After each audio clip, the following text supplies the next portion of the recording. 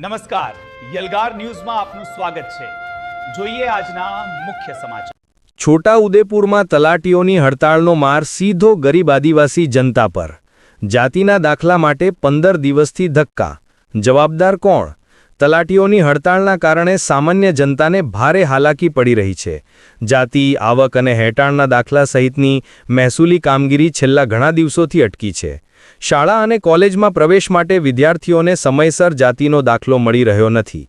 વાલીઓ અને ગામલોકોને મામલતદાર કચેરી અને તલાટી વચ્ચે વારંવાર ધક્કા ખાવા પડી રહ્યા છે। મીઠીબોર જેવા અંતરિયાળ ગામોમાંથી લોકોને આશરે 55 કિલોમીટરનું અંતર કાપીને છોટાઉદેપુર આવવું પડે છે।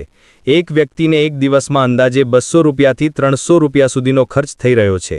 છેલ્લા 8 થી 15 દિવસથી લોકો કોઈ સ્પષ્ટ જવાબ વગર પરેશાન થઈ રહ્યા છે। તલાટીઓ અને સરકાર વચ્ચેના પ્રશ્નોનો ભોગ સામાન્ય જનતાને ન બનવો જોઈએ।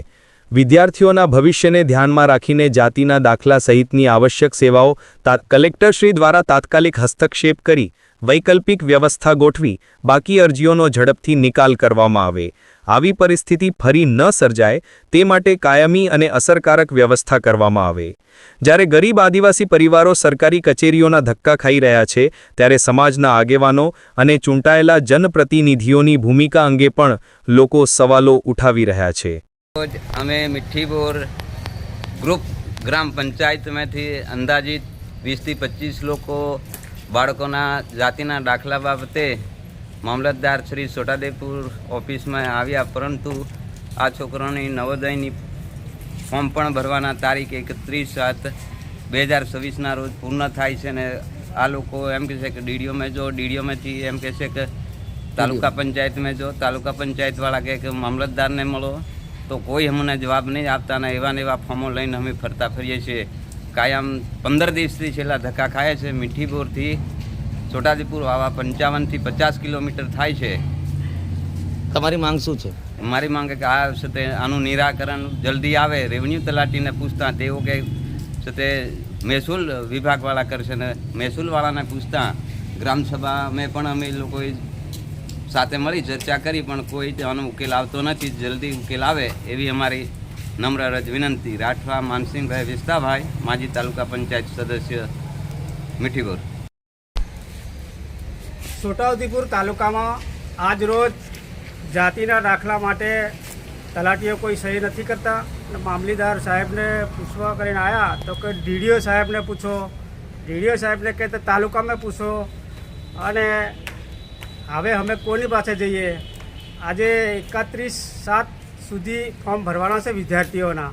આ તારીખ પહેલાં દાખલા ચાલુ થાય તો કોઈક વિદ્યાર્થીનું ભવિષ્ય સુધરશે, નહીં તો પછી આ રાઠ વિસ્તારના જે છોકરા છે એના બધાના ભણતરવાળા છોકરાના ભણતરીના બધાનું ભવિષ્ય બગડશે।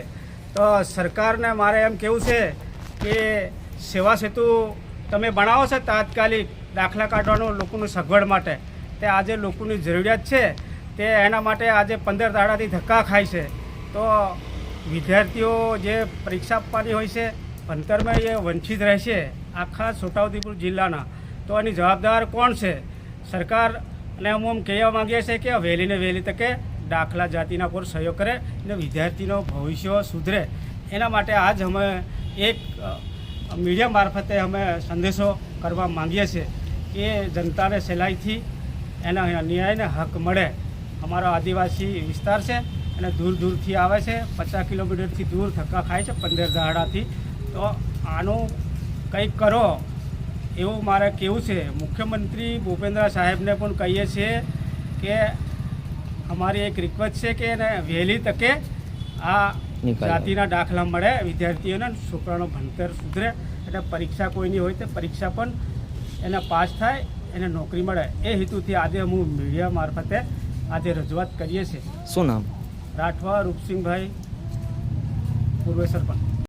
અમે જાતિના દાખલા માટે અમારે ધક્કા ખાવું પડે છે વારંવાર, પણ તો છતાં તલાટીને કહીએ તો તલાટી કહે છે કે રેવન્યુ તલાટીને સોંપેલું છે। રેવન્યુ તલાટીને જો કહીએ તો કે અમને હજુ પરિપત્ર મળ્યો નથી, તો અમારે કોની જોડે જવું?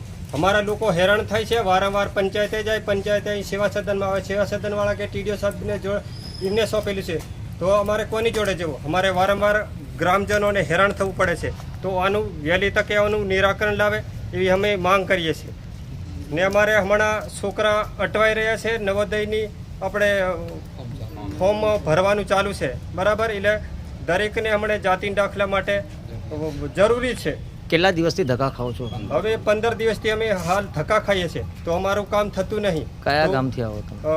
ગામ મીઠીબોર પંચાયત અમારે 10 ગામો છે અને 10 ગામના અમે ઊંડાણ વિસ્તારમાંથી આવીએ છીએ, શિવાડાનું ગામ. તો અમારા બધા લોકોને હેરાન થવું પડે છે. તો આને વહેલી તકે અમારે આનું ડિસિઝન આલે એવી અમારી માંગ છે. શું નામ તમારું? મારું નામ નાયક સાકમભાઈ એલસુંગભાઈ. અમે મામલતદાર ઓફિસમાં ગયા હતા ત્યારે અમે 15 દિવસથી ધક્કા ખાઈએ. તમે અત્યારે કોઈ મામલતદારમાં છે નથી, મિટિંગમાં ગયા એવું કંઈ બોલે છે તો અમારે કોની પાસે જવું? અમારા એટલે શાના માટે આવ્યા હતા તમે? અમે જાતિના દાખલા માટે છોકરાના નવોદયની ફોર્મ ચાલુ છે એના માટે દાખલા તાત્કાલિક ધોરણે મળે એના માટે અમે આવ્યા છીએ. કઈથી આવો છો? મીઠીબોર. શું નામ છે? રાઠવા જગદીશભાઈ ધનસુખભાઈ. તમારી માંગ શું છે? અમારી માંગ છે તાત્કાલિક અમારા છોકરાના જાતિના દાખલા મળી જાય એ અમારી માંગ છે.